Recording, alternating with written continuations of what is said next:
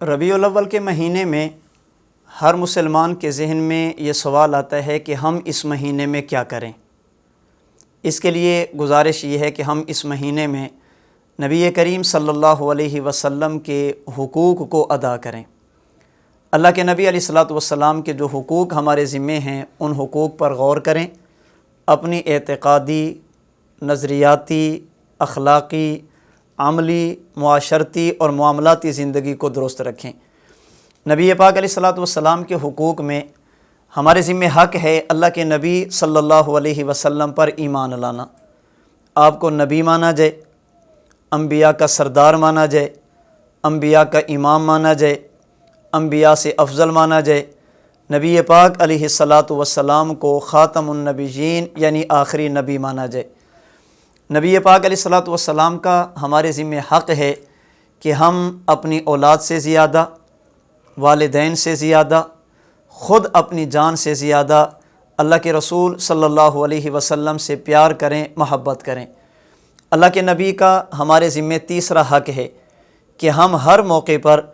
جناب رسول اللہ صلی اللہ علیہ وسلم کی اطاعت کریں، اتباع کریں، فرما برداری کریں، اپنی خواہشات کی بجائے اللہ کے نبی صلی اللہ علیہ وسلم کی سنتوں پر عمل کریں۔ عقائد و نظریات کی بات ہو یا اخلاق و عادات کی، اعمال اور عبادات کی بات ہو یا معاشرت اور معاملات کی،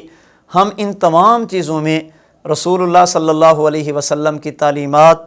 اللہ کے نبی کی ہدایات، نبی پاک علیہ الصلوۃ والسلام کی شریعت کو مد نظر رکھیں اور اسی کے مطابق زندگی گزارنے کی کوشش کریں۔ جناب رسول اللہ صلی اللہ علیہ وسلم کا ہمارے ذمہ حق ہے کہ ہم کثرت کے ساتھ نبی پاک علیہ الصلوۃ والسلام پر درود شریف پڑھیں، اللہ کے نبی پر صلاۃ السلام پڑھیں، آپ کی خدمت میں درود شریف کا ہدیہ پیش کریں۔ اللہ کے نبی صلی اللہ علیہ وسلم کا ہمارے اوپر حق ہے کہ ہم اللہ کے نبی کی سیرت طیبہ کے مطابق چلنے کی کوشش کریں۔ اللہ کے نبی کا ہمارے ذمہ حق ہے ہم آپ کا ادب کریں،